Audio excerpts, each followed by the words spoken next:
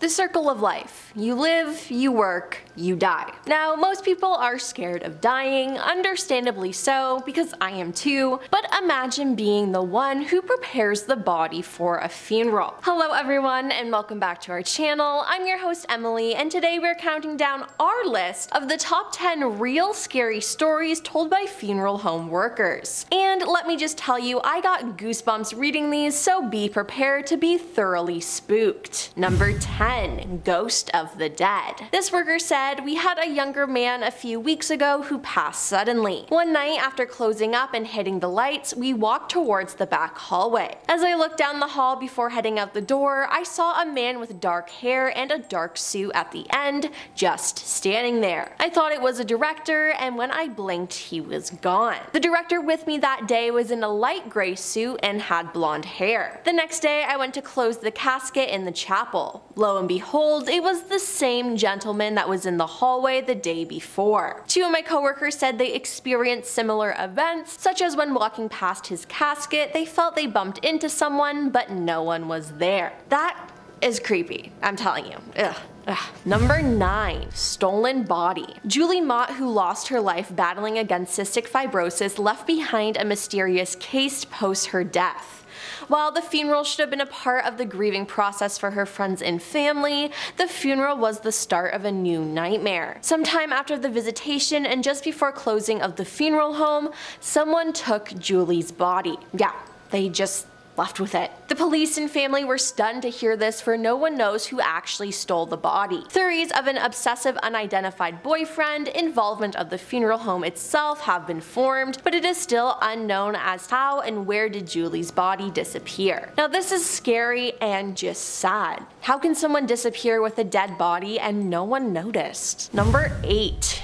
Ghost lady. This worker said, "Most nights as we were returning to quarters from a run, my partner and I would scope the parking lot for vagrants or people who shouldn't be there before we opened the bay doors. While looking on more than one occasion, we would see a light on in the adjacent building on the top floor, and there should have been no lights on. Figuring someone had gotten inside, we would watch the building for more lights. No other lights ever came on, but on every occasion, a young woman in a dress would come to the window and stare at us. One night after seeing the figure, we got brave and called some law enforcement friends from the area to help us search the building. We went to the room that had the light on expecting to find a vagrant camped out there, but the only thing we found was a room that had untouched dust on the floor and no light bulbs in the sockets. We got the willies and split, and we never went back to that building at night." Yeah, I would never go back to that building. Ever. Like, that sounds terrifying. Number 7. Missing head. In July 1986, Anthony Parisi passed away at the age of 83. Anthony, a co-founder of a grocery store in Mount Vernon, New York, died of natural causes. He was sent to a funeral home, and on July 26, the employees of the funeral home went to prepare him for his burial, but when they looked into his casket, they discovered that his head was missing. Yeah, just his whole head, just poof. Gone. The police were called, and they speculated that someone broke into the funeral home during midnight and used a razor or scalpel to remove the head. Once the head was cut off, the intruder took it with them. Nothing else in the funeral home was stolen or perturbed. There weren't even signs of break-in.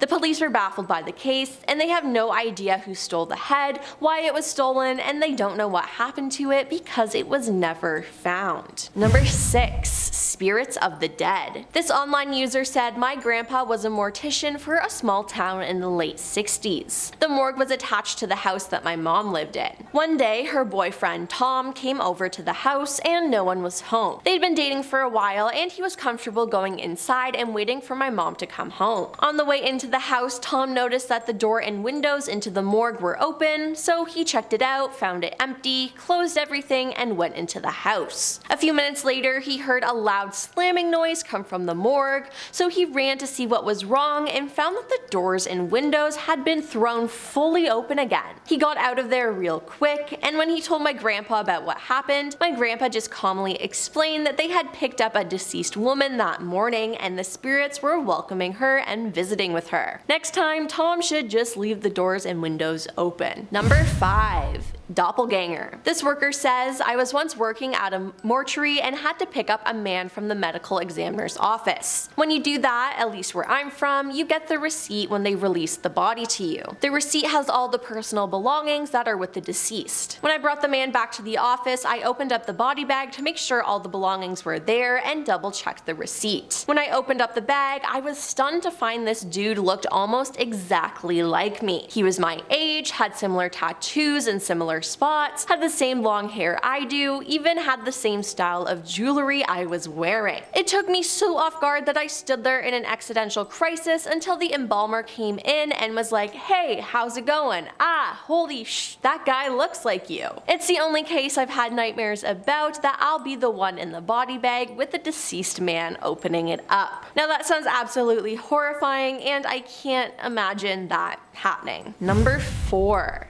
New home. A family bought a funeral home and turned it into a house, which, like, why? But this is what the father said of the experience. Many people that have worked here or rented have told me about hearing sounds and seeing black shadows during all hours. One of the things that turned me to wonder about all of this even more is the children saying things about a black fog in different rooms during the night. It's apparent that something is causing all of this: whispers in the hallway, lights going out and coming back on, leaving rooms with lights on and seeing them turn off, even water turning on and off.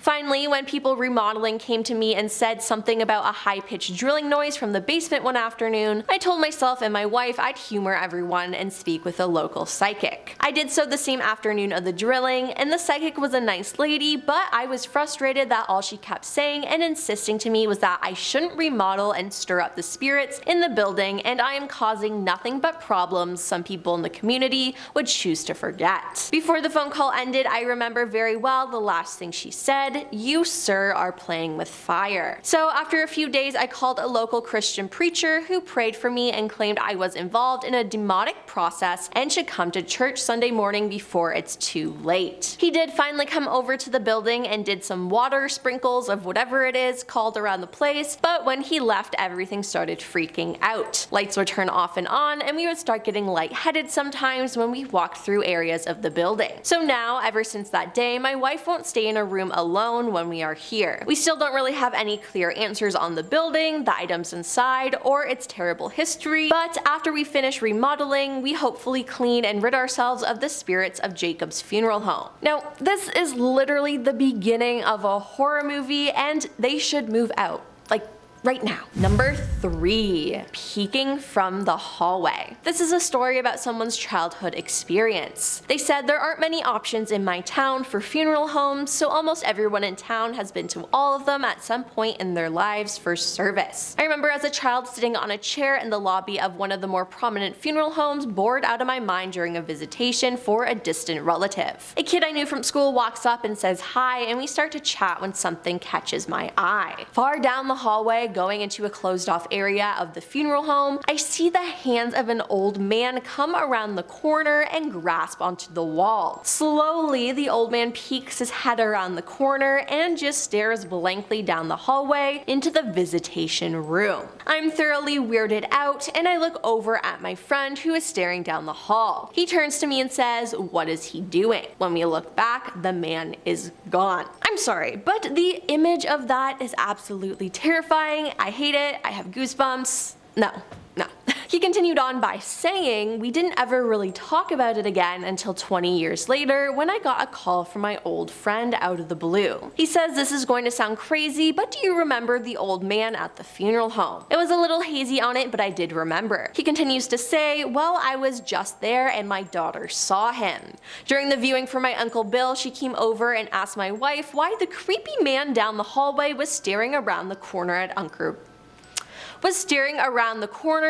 Bill, and there wasn't anyone there, man. I could hear the fear in his voice and I instantly got chills. I have been back to that funeral home many times now and I've not seen anything else, but I still get uneasy anytime I walk past that hallway, and yeah, that makes sense. Number 2. Body moved by itself. This online user said my neighbor a while back before I moved in was a mortician. One night he had a body he was preparing for a very early morning wake or service. Whatever was going on, it was unusual and it required him to work in the wee hours in the morning on this particular corpse. So as he's working on it, he turned his back to grab some tools or supplies, and the angle he was standing at with regard to the corpse left the body visible just out of the corner of his eye. As he was looking down at whatever tools he was getting, in the corner of his eye he saw the body slowly start to sit up. His fight or flight instinct immediately kicked in and he ran to the stairs as fast as he possibly could, but he was so clumsy trying to get up the stairs he tripped and was pretty much crawling and clawing his way to the top. He was just near the top before his senses finally came back and he knew it was rigor mortis. He collected himself and started to laugh at how absurd it was. He'd been doing this for 15 to 20 years at that point, and he had never had a freakout like that before where instinct took over knowledge and experience. He actually sheepishly admitted he had to go clean himself because he had soiled his pants in a panic. Dead bodies do weird things, I'm telling you. But I would probably have to change my pants too if that happened to me. And coming in at number 1 is waking up. This is a story a user posted online saying when my cousin was 18, he was in a bad wreck, and he, his girlfriend, and his sister were all pronounced dead at the scene. The police arrived to inform my aunt, his mom,